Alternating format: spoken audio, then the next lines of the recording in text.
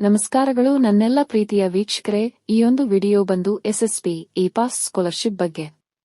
ಮಾನ್ಯ ವೀಕ್ಷಕರೇ, ಒಂದು ಟೆಕ್ನಿಕಲ್ ಪ್ರಾಬ್ಲಮ್ ಬಂದು ಈ ಸಲ ಬಹಳ ವಿದ್ಯಾರ್ಥಿಗಳ ಒಂದು ಇ-ಪಾಸ್ ಅಪ್ಲಿಕೇಶನ್ ಸಬ್ಮಿಷನ್ ಡಿಲೇ ಆಗ್ಲಿಕ್ಕೆ ಕಾರಣವಾಗಿತ್ತು.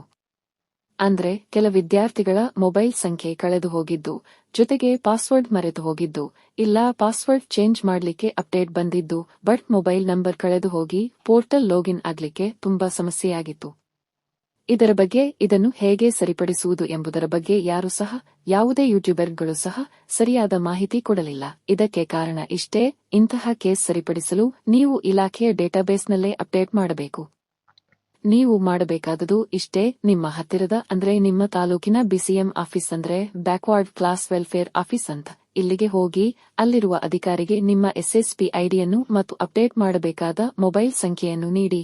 ಮುಂದಿನ 24 ಗಂಟೆಯೊಳಗೆ ನಿಮ್ಮ ಹೊಸ ಮೊಬೈಲ್ ಸಂಖ್ಯೆ ನಿಮ್ಮ ಎಸ್ಎಸ್ಪಿ ಖಾತೆಗೆ ಅಪ್ಡೇಟ್ ಆಗುತ್ತದೆ. ಮಾನ್ಯ ವೀಕ್ಷಕರೇ, ಇದಿಷ್ಟು ಈ ಒಂದು ವಿಡಿಯೋನಲ್ಲಿ. ನೀವೇನು ನನ್ನ ಚಾನೆಲ್ಗೆ ಮೊದಲ ಬಾರಿಗೆ ಬಂದವರಾದರೆ ಅಥವಾ ಇನ್ನೂ ಸಹ ಚಾನೆಲ್ಗೆ ಸಬ್ಸ್ಕ್ರೈಬ್ ಆಗದವರಾದರೆ ಪ್ಲೀಸ್ ಸಬ್ಸ್ಕ್ರೈಬ್ ಮಾಡಿ. ಧನ್ಯವಾದಗಳು. ಜೈ ಕರ್ನಾಟಕ ಮಾತೆ ಕನ್ನಡಾಂಬೆಗೆ ಜಯವಾಗಲಿ.